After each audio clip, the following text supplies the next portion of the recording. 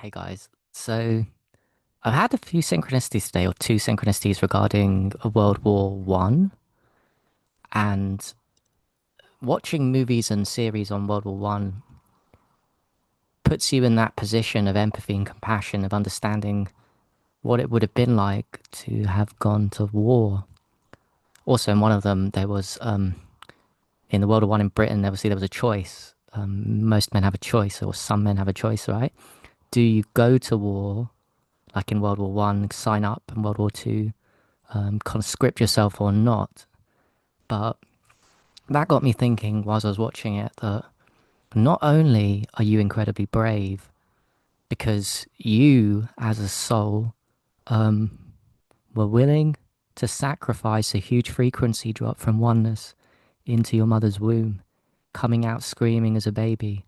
And that frequency drop cannot be overestimated. It's such a huge frequency drop that there's actually in heaven a frequency drop simulator to help to help some of our souls, some of us, because we all struggle with this. And also that's one of the reasons why miscarriages happen, because the frequency drop can be so extreme that the baby wants out and can't hack it, which is unfortunate. And we know that. I know that from people's near-death experiences. Not only are you incredibly brave to frequency drop from oneness perfection to a baby, but then you add on that the load of challenges that me, yourselves, and everyone watching this has experienced and signed up for. You're incredibly brave. But coming back to the war, past lives is an absolute certainty in my mind in reincarnation. So it's nice to empathize and think, my God, how brave someone went to war and died for their country, or just died. And they were in love, had families, they were single, had the whole future ahead of them, and just taken in a moment by a bullet. But that isn't just something to emphasize and to have compassion on. That was actually you. You've done that. You, as a soul, have had many past lives. You have been a man many times. You've been a woman as many times as you've been a man. You have died brutally, horribly in war. And there's not just been World War One and Two. Since the dawn of man, since Jesus' times and before, men have been dying, and women and children, sadly, in war. And the pain of knowing you can die and going to war, and going to war means you kind of, it's a high risk death, right? And probably a high risk nasty death. But the point of me saying this is that you, dear soul, have done that many times.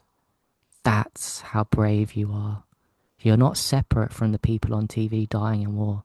In the past, you were in that. You were in the fight. You were in the struggle. You died brutally.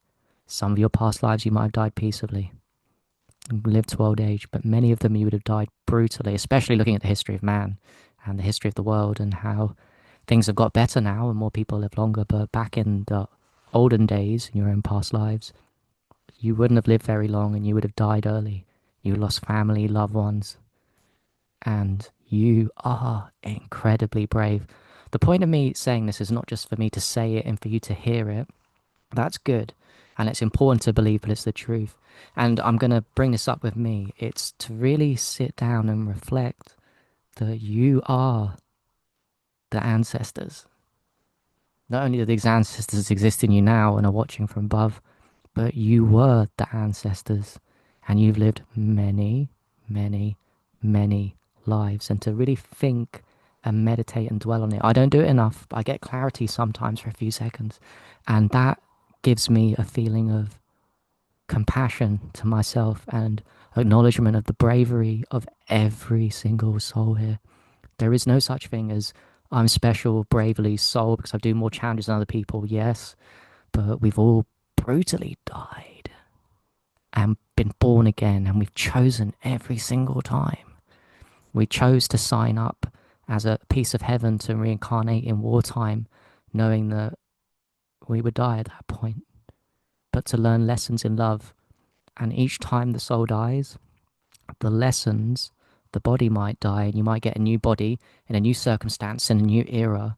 But the soul lessons of the love you've unpacked and the trauma you've healed on behalf of your ancestors and yourself carries over in each incarnation, which is why the world is waking up right now, which is why you see powerful healers all over the place, online and in the real world, including yourself in that.